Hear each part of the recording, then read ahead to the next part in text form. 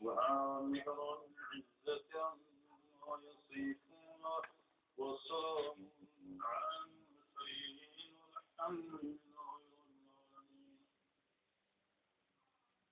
Наступил день вскрытия гробницы Тамерлана, 21 июня. 21-го утром, в 7 утра все были там. Но работа не заладилась. Через полчаса сломалась лебедка. Двигали плиту вручную сантиметр. Под плитой не увидели ничего, кроме земли. Кто-то засомневался. Тимура здесь нет. Нужно искать в другом месте. В гробнице нарастало волнение. Работающие украдкой жаловались друг другу на головокружение и на странное ощущение тревоги. К полудню плиту удалось наконец снять. Аккуратно руками начали разгребать землю. К часу дня откопали 3 поперечных мраморных плиты.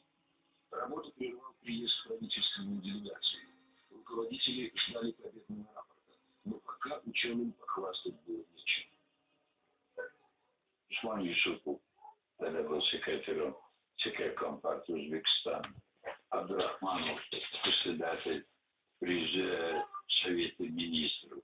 Ахам Бабаев, председатель Президиума Верховного Совета. Были ученые,